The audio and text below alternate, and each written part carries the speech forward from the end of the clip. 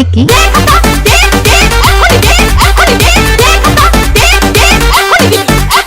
সাড়ে 10টার সময় পরীক্ষা শুরু, তা না কইরা 11টার সময় দিলাম। দেওয়ার তারা বলতেছে বারবার বলতেছে হ্যাঁ সময় দেওয়া হবে, তোমাদের সময় দেওয়া হবে। এমসিকিউ হচ্ছে 30 মিনিট। হ্যাঁ, তো আমাদের 30 মিনিটের আগেই এমসিকিউটা নিয়ে হয়েছে। স্যারের যখন খাতার টানবে নিতেছে, স্যার বলছে স্যার আপনি কিন্তু 30 মিনিট সময় দেন নাই, আমরা কিন্তু পাইলাম না তাহলে ফুল সময়।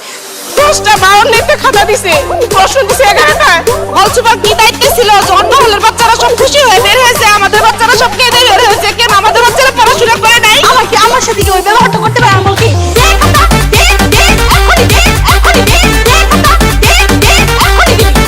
ভিকি।